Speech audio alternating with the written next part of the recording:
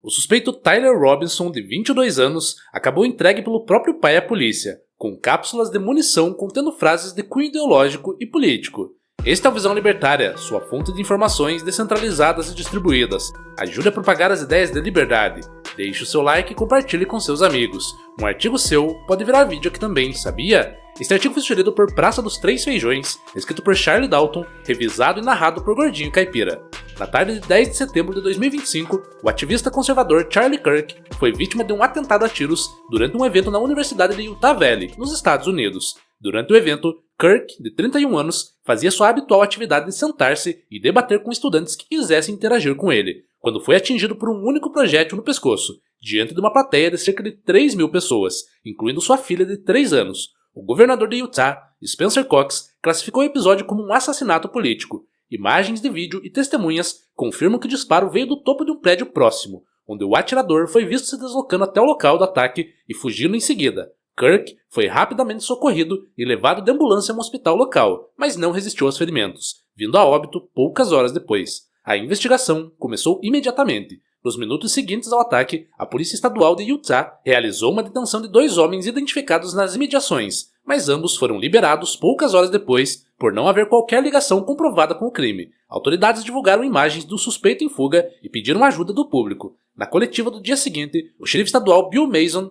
informou que o atirador era um indivíduo jovem, aparentando idade universitária, trajando camiseta escura, boné e mochilas, perfil discreto que se misturava no campus. Paralelamente, o FBI mobilizou recursos intensivos. Agentes conseguiram rastrear a rota do criminoso pelas câmeras de segurança. Ele chegou ao campus por volta das 8 horas e 29 minutos da manhã de quarta-feira, dia 10/9, dirigindo um Dodge Challenger cinza e inicialmente vestia camiseta vinho, calção claro e boné preto. Depois, mudou de roupa para tons escuros antes do atentado.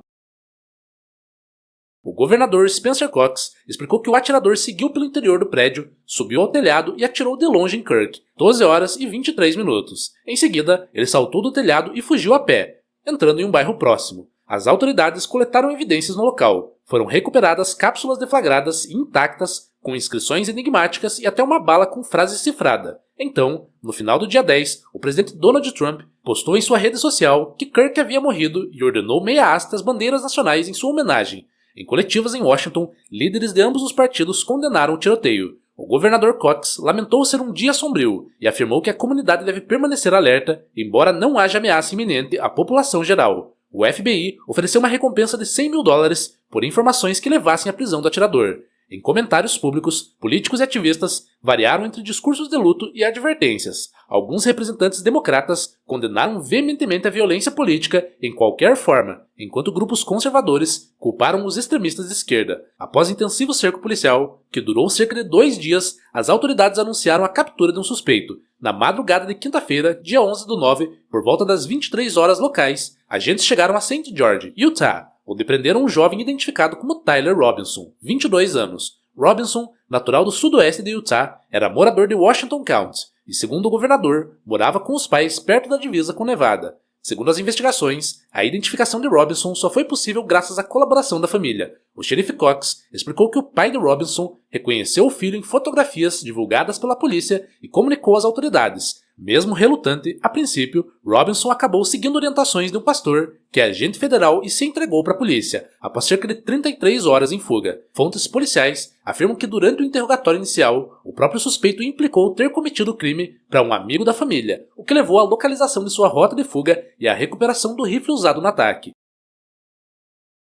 O rifle apreendido foi descrito como um Mauser .30-06 Bolt Action, de modelo antigo, envolto em uma toalha quando abandonado na mata próxima ao campus. Na cena do crime, além do rifle, foram coletadas marcas de sapato, impressões palmoplantares e fragmentos de munição. Os agentes acreditam que essas provas ligam diretamente Robinson ao crime. Mensagens apreendidas do celular de um colega de quarto revelaram instruções deixadas por Robinson para pegar e depois descartar a arma naquele local, exatamente como ocorreu. Pouco se sabe ainda sobre o histórico de Robinson. Registros oficiais indicam que ele não tinha antecedentes criminais relevantes e não era afiliado a nenhum partido político. Era um estudante de curso técnico em eletrônica não matriculado na Universidade de Utah Valley, onde ocorreu o ataque. Familiares relataram que ele se tornou mais engajado politicamente nos últimos anos e havia dito a parentes que não gostava de Kirk e de suas opiniões conservadoras. Em uma conversa em família, poucos dias antes, Robinson criticou Kirk, afirmando que, abre aspas, ele era cheio de ódio, fecha aspas, e não gostava de suas ideias. Além disso, comunicações interceptadas por investigadores mostraram que Robinson estava ciente da vinda de Kirk ao campus e tinha discordâncias marcantes com seu discurso,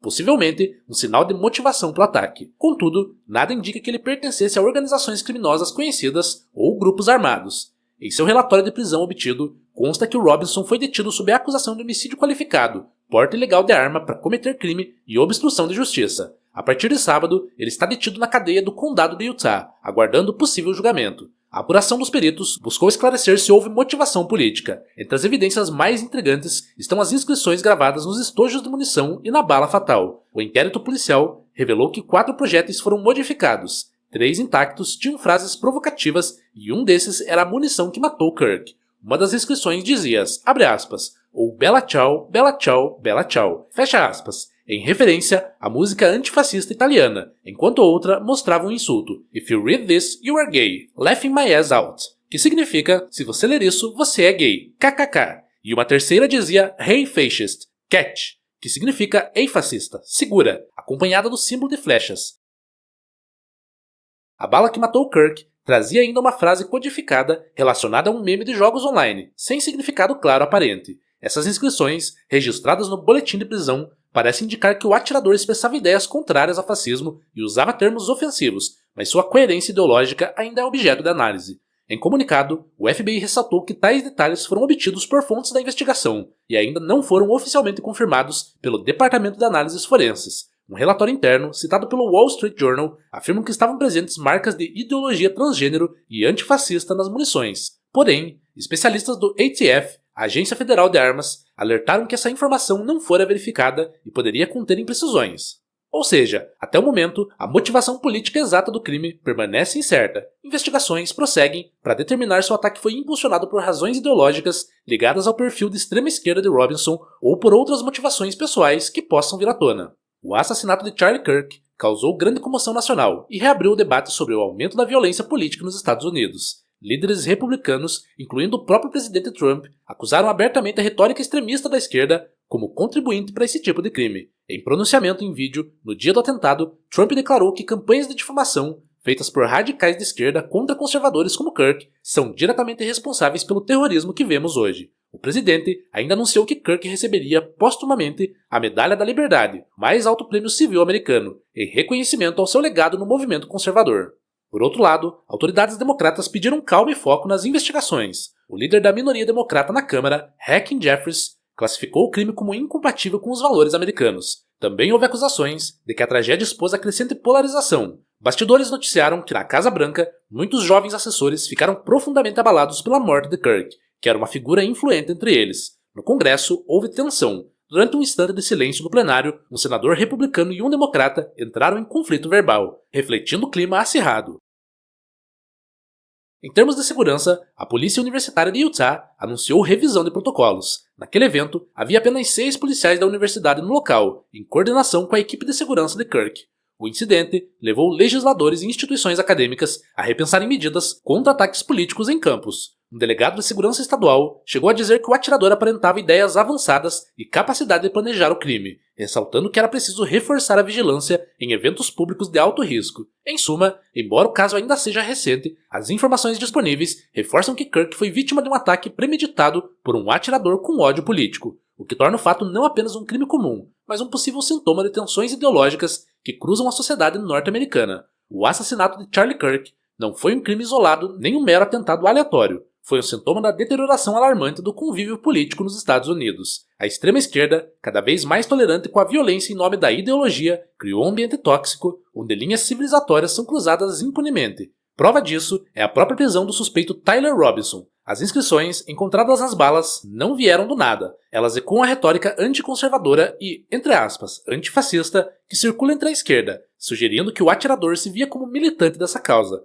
Não se pode ignorar que o fascista, para ele, era Kirk, um jovem mobilizador conservador, e que o assassinato foi tratado por alguns apologistas como um ato de justiça revolucionária. Esse relativismo moral é assustador, enquanto muitos conservadores insistem em condenar qualquer violência, principalmente a que os atinge, a militância da esquerda se vale de guetos ideológicos onde se regozijam com crimes contra oponentes políticos.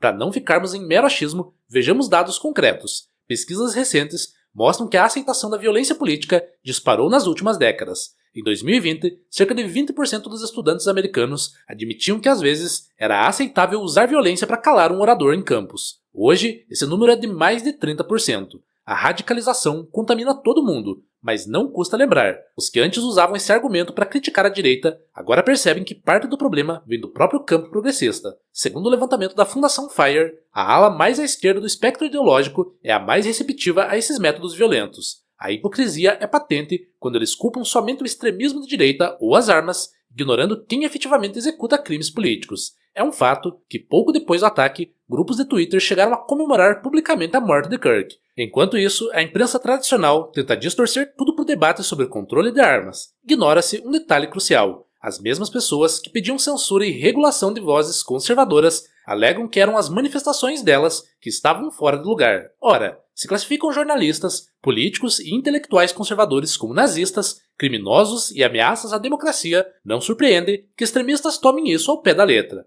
Num país que se orgulha da liberdade individual, a violência política se revela como um câncer social, e não é por acaso que vozes libertárias se levantam contra a crescente intolerância. Como diz o provérbio, aqueles que não aprendem com a história estão condenados a repeti-la. Em agosto passado, Charlie Kirk havia alertado para uma pesquisa reveladora. Quase metade das pessoas situadas à esquerda do espectro consideravam ao menos um pouco justificável assassinar figuras públicas consideradas inimigas. 48% justificariam matar Elon Musk, 55% o próprio Trump.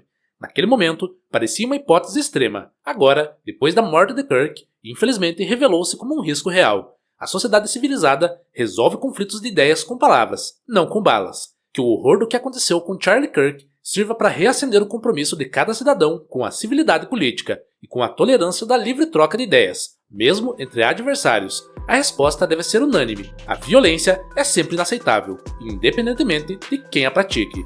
Obrigado pela audiência. Este é um canal colaborativo. Participe você também. Cadastre-se agora mesmo em nosso site visãolibertaria.com e envie os seus artigos por lá. Os colaboradores recebem recompensas em Bitcoin. Inscreva-se no canal e clique no botão da campainha para ser avisado de novos vídeos. Até a próxima!